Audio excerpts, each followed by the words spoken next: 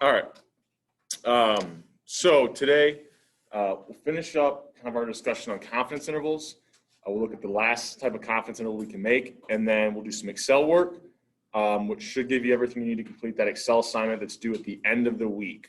All right. So originally the due date was Wednesday. By the end of the day, now it's Friday. By the end of the day, I pushed that back a date or a class period, just like I did last week with the Connect. So let's kind of jump into things here. Where we left off last week was we have this idea of confidence intervals, but what happens when we don't know what the population variance is? We said, really, it's going to look exactly the same as it did before when we were building confidence intervals for sample means. The only difference is instead of a z value, because we don't have the population variance, we're not going to be able to turn the cutoff values we're interested in into z values. They'll instead be t values, or the student t distribution, which had a mean of 0 but a slightly higher variance than the standard normal distribution. We also said we can't use the population variance anymore when we're calculating the standard deviation of our sample means. All we have now is the sample variance. So instead of the population variance, we'll use the sample variance here. Okay?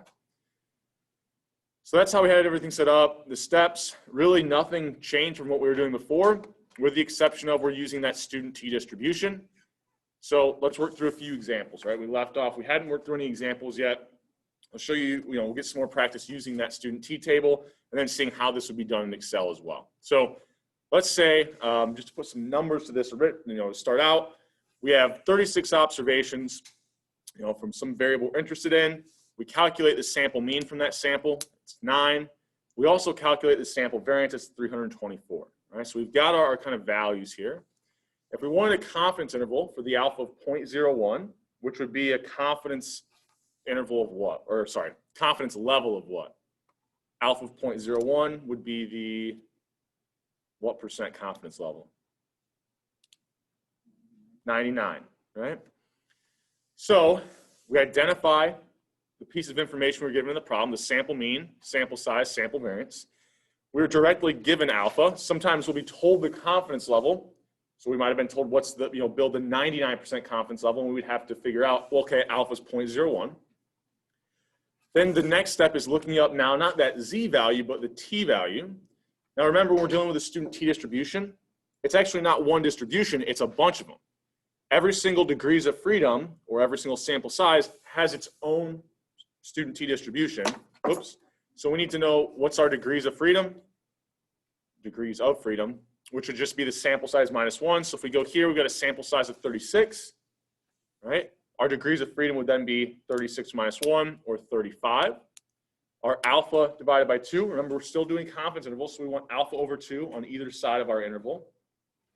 So if the alpha is 0.01, we're going to look up 0.005, right? 0.01 divided by 2, 0.005. So let's go to my student t table.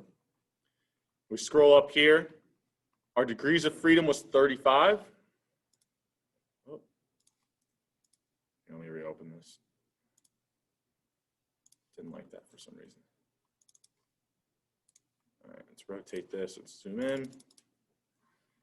So our degrees of freedom here, we scroll down. 35. The area we wanted in the tail, 0.005. So we go over 2.724. All right, so that's the t value that we're going to use. So notice with this, we're dealing with the t tables. We don't have to worry about ever getting the negative value, because what it displays to us is the area in that upper right tail. And so when we're looking at these small values for alpha, if we're looking at the upper right tail, we're always going to get the positive t value. Now, when we're building confidence intervals, remember what we're doing, you kind of think about it this way, is we want to find the t value that represents the number of standard deviations we want to go to the right to get our upper bound, but also that same value but negative to get our lower bound. Now that's already built into our confidence interval equation. So if we have that 2.7, I think it was what, 2.724, right? All we have to do is plug that in to our confidence interval equation down here, right? And we've got the positive and negative sign already kind of built in there, right? Now, once we find that t-value, the next step, I said we can do this. We can calculate the intermediate step, which is what's the standard deviation of our sample means? Well, now we just plug in our sample variance instead of a population variance. We can get that. We can go ahead and plug in here. Now this right here, right, we don't have to calculate the intermediate step. All right, so just sort of kind of a reminder, I'm just trying to show you this a couple different ways. You could think of the confidence interval equation as alpha over 2, right? We're multiplying this by our standard deviation for our sample means, but we know we can rewrite this, so we can calculate this, do the intermediate step, calculate this first and then plug it in, or we can do it all at once by plugging this equation in, or another way of writing that mathematically is that, right? Both of these are the same thing, right? We could do it all at once, or we could remember all this represents here is that standard deviation of our sample means. So if we wanted to go ahead, calculate this first, then just plug that value in, we can do it that way as well, right? So just several ways of doing kind of the same thing, seeing it written a little bit differently mathematically. Okay? Any questions on this? Let's see. So now we have everything we need. We go ahead and plug it in. Get our lower bound, we subtract that margin of error. Upper bound, we add it. We get a pretty wide confidence interval here. So why is the confidence interval so wide? Well, I mean, if we just look at the original variance of the data, it was pretty large, right? And so we said there's three things that are going to impact how wide our confidence interval is. What was the original variance or standard deviation of the data? What's our sample size? Here, our sample size isn't really that large. And so, you know, as we get higher and higher sample sizes, that's going to reduce our margin of error or allow us to really narrow in kind of the values that that population parameter is. But we don't have a very high sample size here, so we're not really able to get a very narrow range.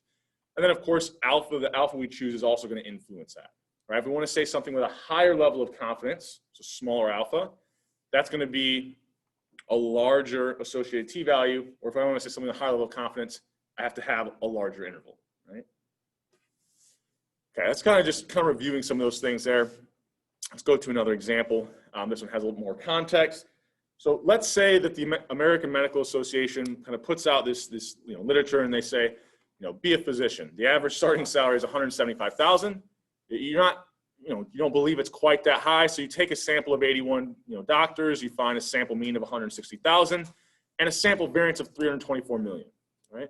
So the variance is pretty high here because we're dealing with a much larger number.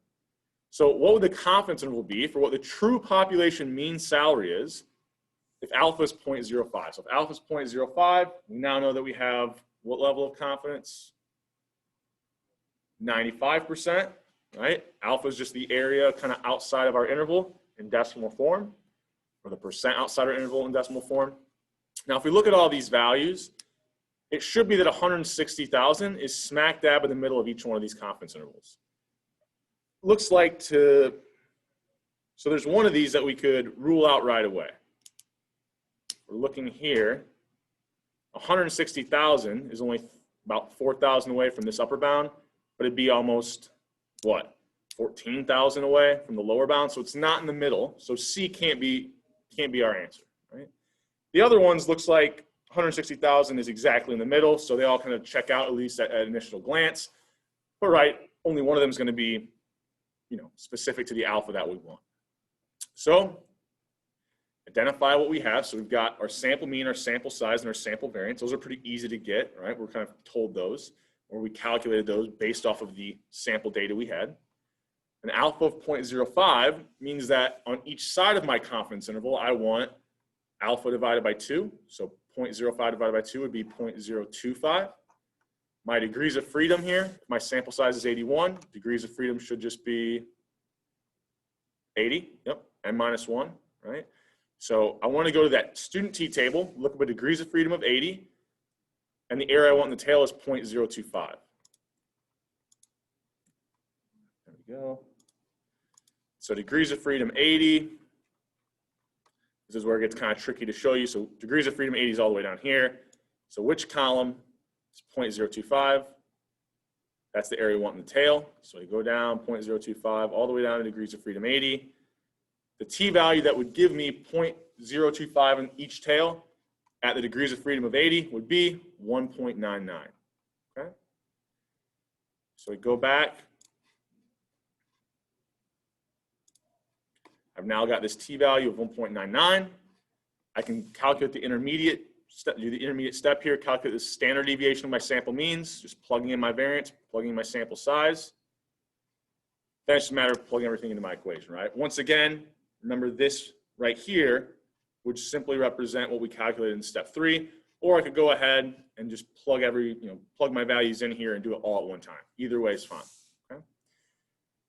So really what this is saying is to build this confidence interval, we're going to add almost 2, right? 1.99 standard deviations. Go 1.9 standard deviations above and below that 160,000 to get my upper and lower bound. What is the standard deviation for these sample means for this given sample size? It's about 2,000. So we'll go ahead, compute those values. We get about the range is from about 156 to 164,000, right? So and look at this confidence interval, right? At the 95% level, what can I say, right? How do we start interpreting these confidence intervals? Well, here I kind of set this example up with, if the American Medical Association is kind of stating that the average starting salary is 175,000, you look at this sample, what you can actually say, you can go to the American Medical Association and say, look, with 95% confidence, I know that the true value is somewhere in between these, right? In between these two values. 175 isn't in that range. So I could tell them with 95% confidence, you're putting out, an incorrect statement, right? Or what you're saying with 95% confidence, I can tell you it's not true, right? So you can start to build these confidence intervals and think about, you could fact check things, right? If the value that someone's stating that this true population mean isn't in your range of values, well, with whatever level of confidence you built that range, that confidence interval, whatever confidence level you built, if it's not in that range of values, you can say that, well, no, I can tell you with that level of confidence that that's wrong. That's not one of the potential true population means here, right? 175,000, in fact, is quite a bit outside of this range, right? Any questions on that? We're okay with that? Okay. Also, for those of you on Zoom right now, if at any point in time the audio goes out, last Friday it randomly went out and I just have to retest it. I don't know why it did that, but don't feel, if you're not hearing anything, light the chat up and start just putting a whole bunch of comments in there so I can make sure that we don't have that happen. All right, so these next 2 slides kind of have what we're going to do in Excel, just kind of a summary, but let's just go ahead and jump into Excel and I can kind of show you this, right? So let's use that confidence intervals example file again. Last week, we kind of built this known standard deviation where I told you you'd have to have someone give you that population variance, right?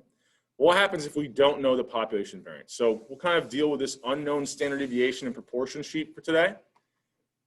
We've got this data set. It's got race, gender, weight, height. I kind of converted the race to have a qualitative variable, same with gender, and then whether the person was kind of white or non-white, right? So 1 if they're white, 0 if they're not non-white. Right? So what we could do, first of all, and I'm not going to delete these because hopefully we're kind of comfortable with this, right? So I think this is a data set that only has females in it. Let me see. Yeah, so we're looking at kind of female height here.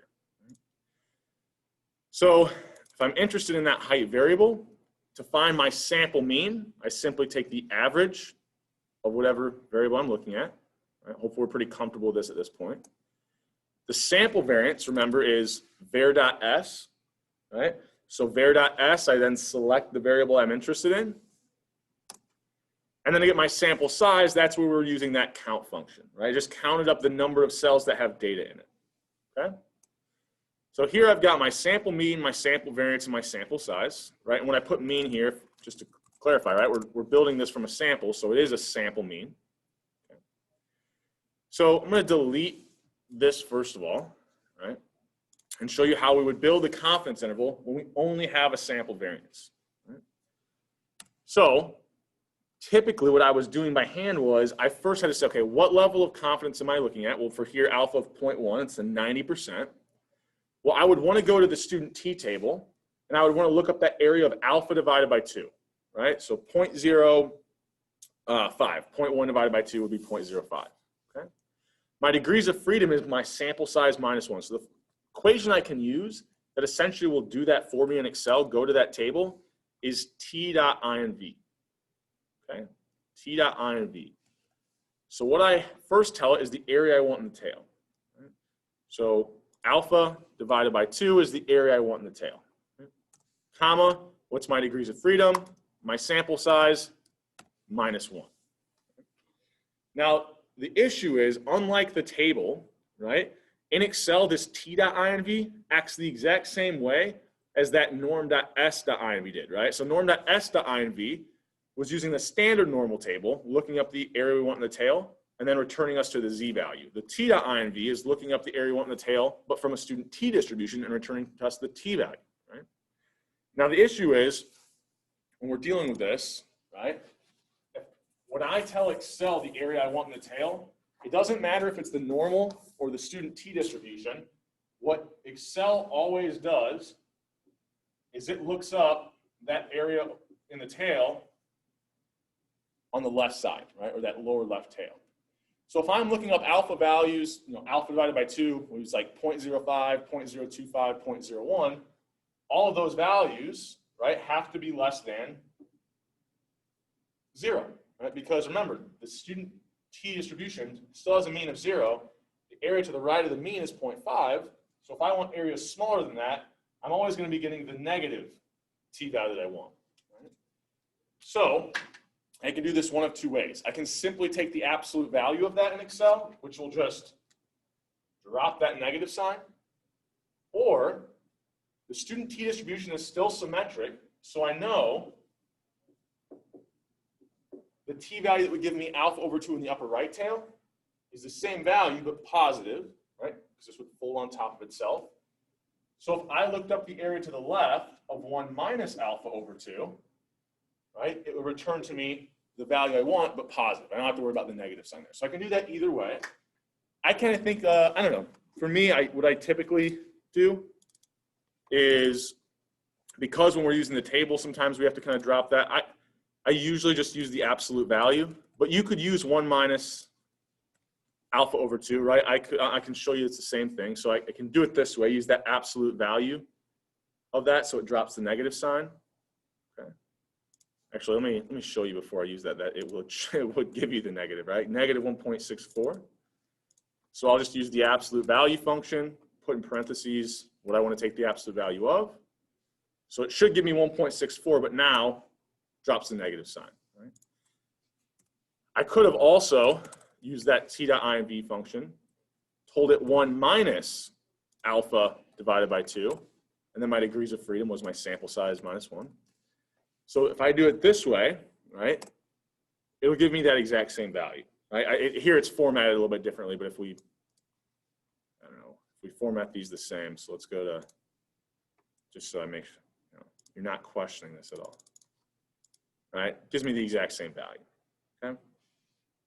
So I don't really care which way you do it. Both ways will give you the right answer. Now, if I try to copy this down, what's going to be a problem here? Because I do want to copy this down so that I'm using different alpha values, and I can do it all very quickly without typing it in again. But this is also going to update, and I want to keep using the same sample size to calculate my degrees of freedom there. So I'll freeze that sample size cell reference. That way, when I copy this down, right, I still want to use the same degrees of freedom. I just want to use different alpha values. Okay? So I'll copy this down. And now I've got the t value that I would have found looking it up on the table for each one of these alpha values. Now, here, right, I have a very high sample size. So if I went to this table and tried to look up this sample size, well, it's well over 1,000. It should be that the standard normal will be a very good approximation. We said once we get over really sample size of 100, these values start to be very close to what you would get from a standard normal. So over 1,000, we for sure should be very close. So we should be finding about 1.645, 1.96, and 2.576. Sure enough, right? We're off a little bit here, right? Just a little bit, but really close out to like the 4th decimal, right? So pretty good approximation, even if we used the standard normal distribution. But we didn't, right? We're gonna use a student t because in Excel we don't have to use an approximation, right? Our table, our physical table only went up to 1,000 and it skipped a bunch of values in between. Excel essentially has every single degrees of freedom stored in it. It's not really what it does. It's actually integrating over that kind of. I didn't even show you the PDF for the student t. It's like the standard normal PDF, but even a little bit different. So we've got our t values that we need. From here, it's really just using Excel to be a calculator, right? We know that the lower bound is simply take the sample mean, right? Subtract that number of standard deviations I want to go away from that sample mean, which is represented by my t value. Multiply that by, and this is where we could have calculated this as an intermediate step, and I'll show you what that would look like in a second. But here we want the standard deviation of my sample means, which I know is equal to the square root of my sample variance divided by my sample size. Right? So I'm just using Excel as a calculator there. I'm just clicking on the numbers that I want instead of having to type these into a calculator. Okay? Any questions on that for keep moving? Okay. So here, which of these cell references do I want to freeze? When I copy this down, what's the only thing that I want to change?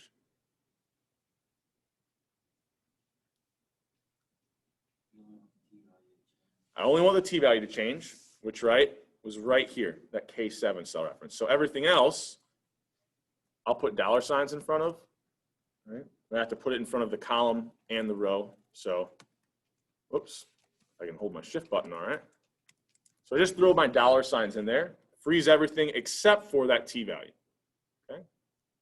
Now when I copy this down, it should give me my lower bound for each one of these different alpha values. As I go to higher levels of confidence or smaller alphas, right, we could, just as a reminder, this was 90% confidence, 95%, and the 99%. Notice my lower bound's getting smaller, and what should be true is my upper bound's getting larger.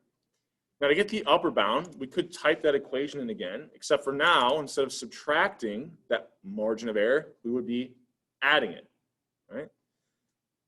Instead of typing it in again, we could just copy this, right? And I would go into the cell to copy it, because if you drag it across, what's gonna happen? Well, it actually updated that t value to use the lower bound. That's not what we wanted, right? So instead, I'm going to delete this, get rid of this.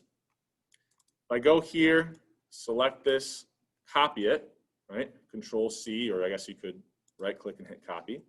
Hit enter to get out of the cell. Go here, paste it.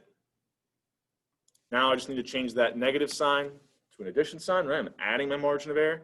Notice when I copy and paste it that way, I didn't just drag it across, it doesn't update that cell reference, so it's still using the t value. I hit enter, copy it down. My upper bound is getting slightly larger, right? And now I've got my upper and lower bound for, really I have 3 alpha values here, but I could have put in like 20 and just dragged that down and found all of them very quickly. Now, why is this confidence interval so narrow? We think about why is this confidence interval so narrow? We look at this sample size, right? This is a huge sample size. So by taking really large samples, I'm greatly reducing. I don't have it up there anymore. Hold on. Let me see if it's in the slides here real quick.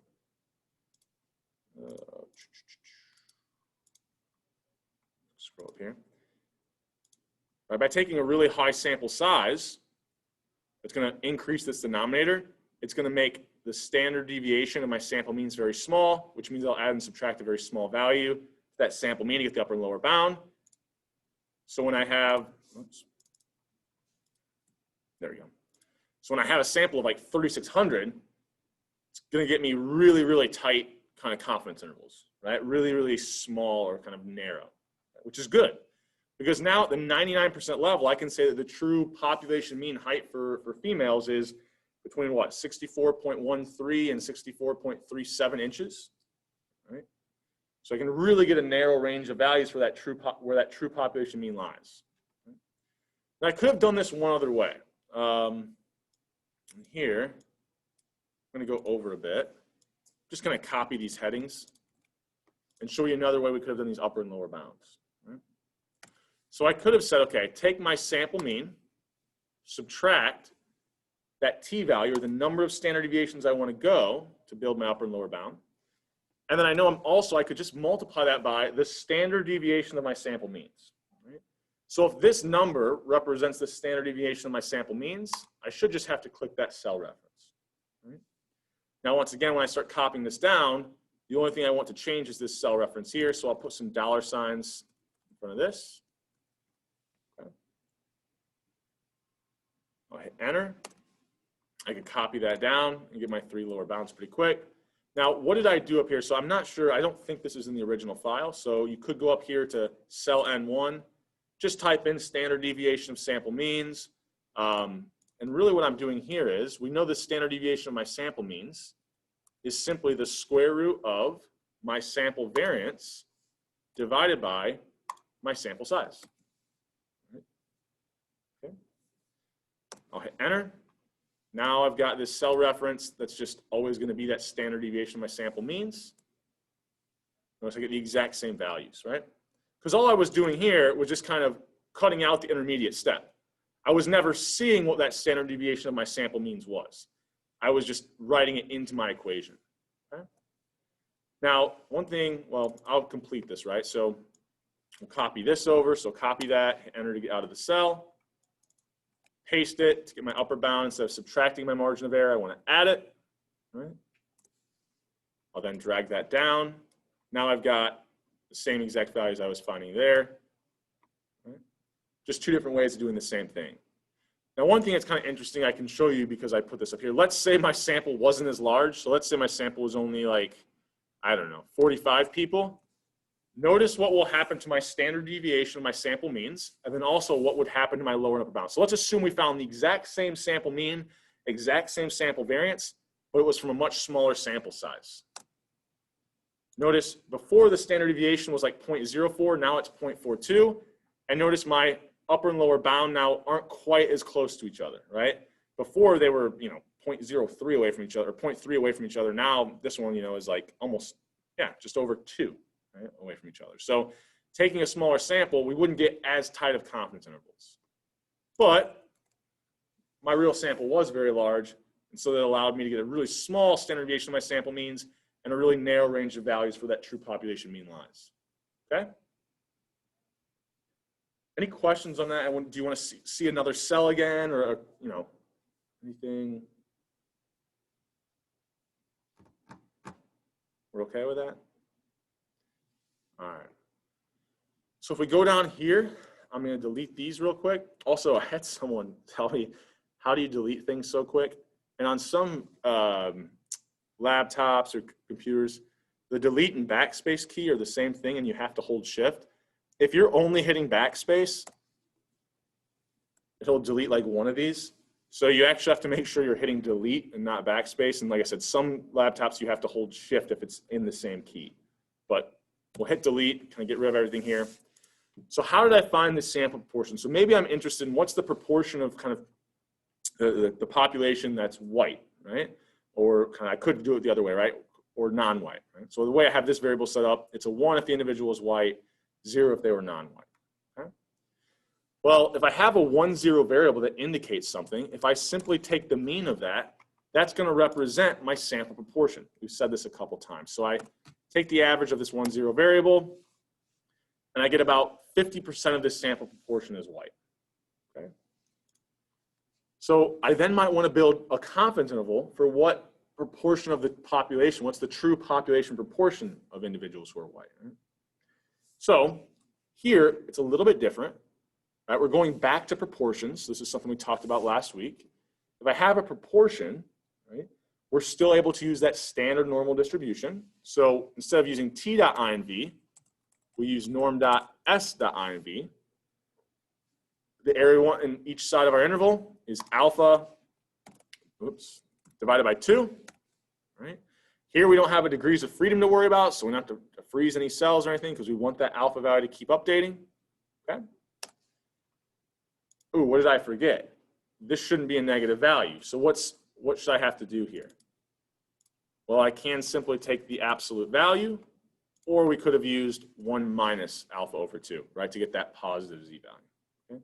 I'll just use the absolute value here. Like I said, I think that's probably the easiest way to do it. Drag this down. Now I get the value of positive, and we get our 3 z values. Notice they're a little bit off of what the student t distribution is, even when we had a sample size over 3,000. Okay? So now for my proportion, right, I could do this a couple different ways as well. So I'll show you the first way. Well, yeah. So I'm going to build my confidence interval around that sample proportion I found. To get the lower bound, I'll subtract my margin of error. So subtract, and my margin of error was the z value, or the number of standard deviations away from the mean I wanted to go, multiplied by the square root of my sample proportion, multiplied by 1 minus my sample proportion, divided by, and my sample size is all the way up here, right? It's the same sample that I'm dealing with, so my sample size is up here, okay? Now, similar to before, the only thing I want to change is I'm building these different confidence intervals, is I'm using a new z value, right? So I'll freeze these cells. I'm going to use the shortcut here, which is just hit the F4 key, or Command T on a Mac, if I'm remembering correctly. Select these, hit that F4, or Command T on a Mac, and just puts those dollar signs in there for me, okay? Now that I've got this, this should give me my lower bound. I'll drag this down, and my lower bound is getting smaller. So it looks like I at least did something that isn't too far off, right? If it's not getting smaller, I know I made a big mistake. So I'll go back into that cell, copy that, hit enter to get out of the cell, go over to my upper bound, paste it, and then change that negative sign to an addition sign, or that minus sign to an addition sign, so I can get the upper bound now, right? Adding that margin of error. So I hit OK here, copy this down. Now I've got my 3 confidence intervals here, the upper and lower bounds, right? So I'll click on that again if you want to see that. Okay? Now I could have done this in a different way as well, right? If I wanted to do the intermediate step here, right, I could have said, what's the standard deviation of my sample proportions? Well, that would simply be the equation we have for that. It's the square root of my sample proportion multiplied by 1 minus my sample proportion divided by my sample size, okay? Now, before we had just put that all into one cell, but here I'll show you we can do the intermediate step, right? Calculate that first, okay? Now, to get my upper and lower bounds, I'm just going to copy these headings and paste them over here. Now I simply do, okay, take my sample proportion, subtract that z value multiplied by the standard deviation of my sample proportions, which is really what I was doing before. I was just typing that equation into the same cell. Right? Same idea. The only thing I want to change is this z value when I copy it down. So I'll freeze these cell references for my sample proportion and the standard deviation of my sample proportions. But now when I copy this down, hopefully I get the exact same values that I had over here. Right? Sure enough, I do. And then to kind of complete the example, let's copy this, enter it out of the cell, paste it over here, and then we need to change that minus sign to an addition sign to get our upper bound, copy it down. Now we've got the exact same confidence intervals, we just did it in a slightly different way. And this is kind of interesting because it allows you to see what that standard deviation is on your sample proportions. Notice, you know, even with a really high sample size, like let's look at this 99% level, confidence level, the range for my proportion, where the true population proportion is still about what, 0.04? That's kind of the width of my interval, which doesn't sound like much, but when we're dealing with a proportion, another way we could think about this is it's the true population proportion of people who are white in the US is between 47 and 51%. So that's pretty large given that the entire range could only ever be 0 to 100, right? Now notice if I don't have a really high sample size, here I had a sample size of like 3,000.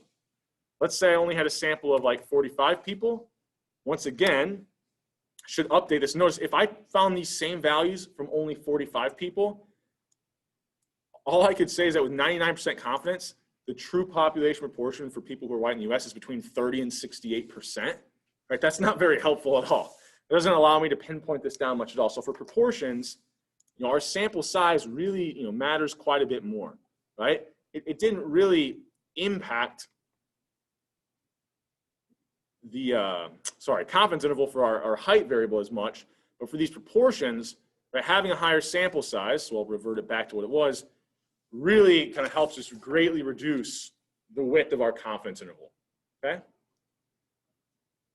Any questions on this? Do you want to see any of these cells again, or okay with this? All right, we're good? Okay.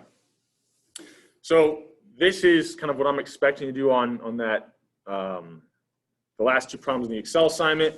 Like I said, based off of what we had done in class last week, you might have been able to figure out how to do this in Excel, because we went over how to do sample means when we had the population variance. So, I showed you how to find these z-values in Excel. You could have, known this point. We're just using Excel to kind of be our calculator, and then kind of showing you how to use that t.inv function today. You should be able to complete problem 3 there as well. Okay. Any other questions before we keep moving? Okay. All right. So that kind of wraps it up for confidence intervals for right now. We're going to move on to something that's a little bit different. I'm probably just going to kind of introduce the idea today, and we'll really dive into a lot of examples next class. But I want to get a pretty good setup for exactly what we're doing with hypothesis testing, because we're going to do a lot of it. Right? So with confidence intervals, and I kind of set it up this way because you can start to think with a confidence interval, I can start to reject certain values as being what the true population mean is. Right? Because if it's not in my interval, I can say with that level of confidence, it can't be the true population mean. But there's actually a more effective way we can do this and actually come up with an entire, not just say that we reject it, but say that we reject it with whatever level of confidence we want. Once we get through hypothesis testing, you'll kind of see maybe the value that hypothesis testing has that confidence intervals doesn't. So what we're going to do is develop a null hypothesis, right? So this null and alternative hypothesis, that null hypothesis is going to be what we are assuming is true. So it might be something like, we're going to assume the average income in the US is $50,000. Right? The alternative hypothesis will always just be the complement of the null. So if the null is that I'm assuming that the population mean income is equal to 50,000, the alternative would just be that it's not equal to 50,000, right? The complement of that, okay? So once we have this null hypothesis, this assumed true state of nature, we're going to go out and take a sample. Maybe I find a sample mean for income that's 45,000. Well, 45,000, it's not 50,000, right? I mean, it's definitely inconsistent with what I assume to be true, but we know that for a sample means, they're centered around that true population mean, but we could see values slightly above or slightly below that value. It's not that unlikely if we had a pretty high variance, right?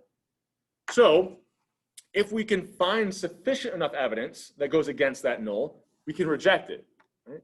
Now, what is sufficient enough evidence? We're not going to get to that today. Well, it'll be something we end up going through the process tomorrow, but that is the idea, right? We're going to find evidence that goes against our null, and if it's sufficient enough evidence, we can reject that null as being true. If we don't have sufficient evidence, then we say that we do not reject the null. We don't technically say we accept it. We really just say that we fail to reject it, okay, or we do not reject it. So the motivating example that we'll kind of work through the numbers on Wednesday is, let's assume, right, that I want to test the assertion that the average mass market beer has a lower ABV than Bell's Two Hearted, right? Bell's Two Hearted has an ABV of 7%. So what I'm going to do, I take a sample of 36 kind of mass market beers, and I find that their sample mean is 4.5, right? So that definitely looks like it's a lower ABV than 7%, right? But even if the true ABV mean for mass market beers was actually 7%, we still could see 4.5 as a sample mean. It might not be extremely likely, but it could happen, right? So is it unlikely enough, right? If it's unlikely enough that if this was the true mean, that we see this as our sample mean, then we could reject it, right? If it's not unlikely enough, then we wouldn't, right? So this is kind of the general setup. So we'll get into what the process is on Wednesday, but I just want to kind of go through a little bit more about how we identify what our null and alternative hypothesis is in different examples, right? So this null hypothesis we're going to write as H subscript 0, right? And this is what we're going to be assuming is the true state of nature, right? The alternative hypothesis will just be, I wrote here the contradiction of the null. I think based off things we've already talked about, think about it as the complement of the null, right? So if the null is that the mean is greater than, say, 7%, the alternative hypothesis would be that it's less than or equal to 7%, right? Just the complement of that. Okay? Oops, sorry.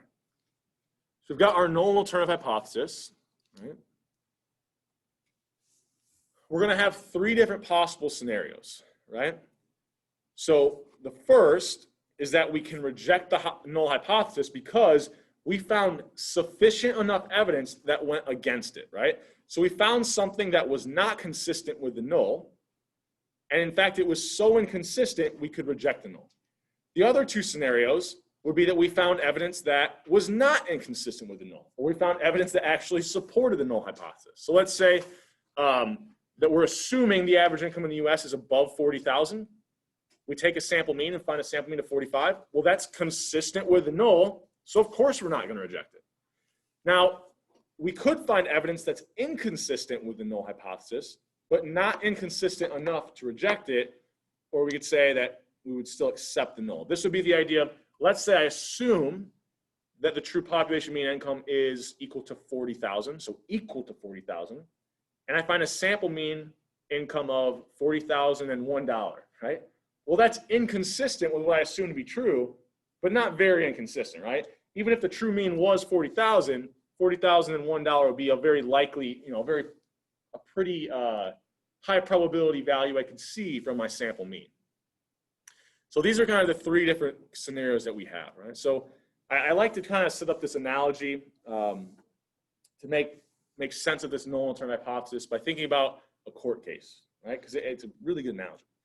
So if we go into a criminal court case, what are we trying to find? We're trying to prove whether or not this person's guilty. So what we do with our null hypothesis is very similar to what we do in criminal court cases.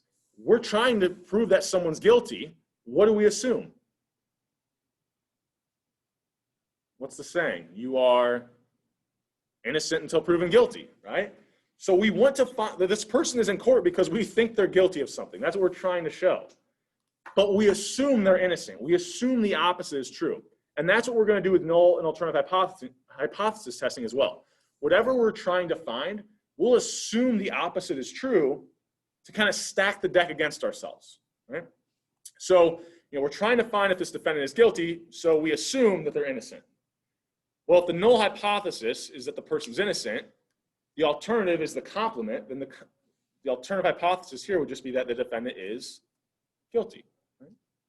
And it's just the complement of what we assume to be true. So the alternative hypothesis is really what you're trying to find. But because you want to make sure you stack the deck against yourself, what you assume to be true, the null hypothesis, is the opposite of that. Okay?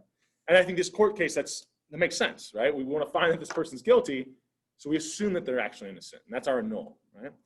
So what happens if we can find sufficient enough evidence to reject the null, right? So let's say we go into this court case, I don't know, it's a murder case. They find, the weapon at the scene. It's got the person's DNA on it. They have no alibi. There's a huge motive. I don't know, life insurance policy or something, right? Well, that's sufficient enough evidence that goes against the null that the person is innocent. So we reject that they're innocent, right? We reject that null and you go to jail, right? What if we don't have sufficient enough evidence? Well, what if we actually, find that, yeah, they don't have an alibi, but there's no motive. We don't have any DNA evidence, no corroborating witnesses. Well, there's some evidence that maybe, like, right, they didn't have an alibi, and maybe there's a little bit of motive, but not enough that goes against them being innocent, right? You're free to go. We don't reject that null, right? The null is that you're innocent, so we fail to reject it, right? And then if the glove doesn't fit, you must acquit. So I think that kind of sets us up pretty well.